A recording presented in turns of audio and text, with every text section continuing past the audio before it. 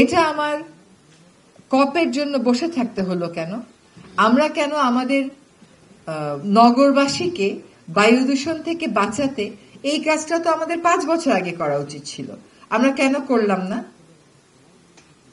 এখন সরকারি প্রক্রিয়ায় আপনারা যারা সরকারে কাজ করেন আপনারা জানেন যে নতুন করে ইলেকট্রিক বাস আনার জন্য যেই স্ট্রাকচার সেট আপ করতে হবে, যেই বাজেট অ্যালোকেশন করতে হবে, যে স্টাডি করতে হবে, সেগুলো করতেই সরকারের দৌড়ে চললেও 1 থেকে 1.5 বছর সময় লেগে যায়। তারপরেও মন্ত্রণালয় উদ্যোগ নিয়েছে, সংশ্লিষ্ট মন্ত্রণালয় খুব এইটা একটা আশার ব্যাপার। তো যখন এই জিনিসটা একটা বড় পরিসরে সরকারের একটা ঐক্যমত হবে, আমি মনে করি যে ওই কাজটা দ্রুততার সাথে আগানোটা সম্ভব হবে।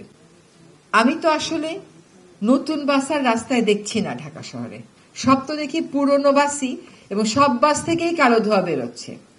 এখন ক্রমাগত অভিযানের ফলে ধোঁয়ার নির্গমনকারী বাসের সংখ্যা কমছে, কিন্তু এইটা আমার এনডিসির জন্য বসে থাকতে হইল কেন? শুরু হচ্ছে আর আমার দুশ্চিন্তা বাড়ছে, কারণ বায়ু দূষণ তো একটা মারাত্মক পর্যায়ে যাবে।